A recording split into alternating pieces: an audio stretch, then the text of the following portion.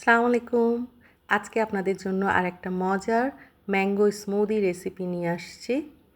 এটা আমার ছেলের বানানো রেসিপি।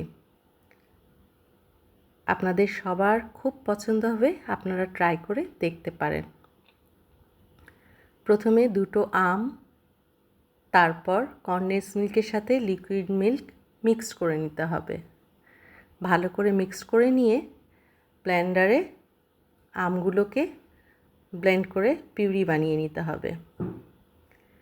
এরপর এই আমগুলোর ভেতরে সেই কনডেন্স মিল্ক আর লিকুইড মিল্কের মিক্সচারটা দিয়ে দিতে হবে।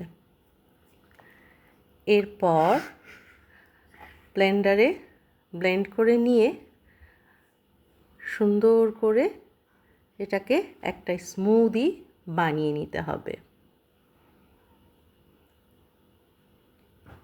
তৈরি হয়ে গেল মজাদার সুস্বাদু ম্যাঙ্গো স্মুদি।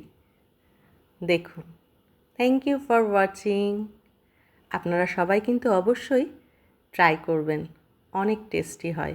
ধন্যবাদ।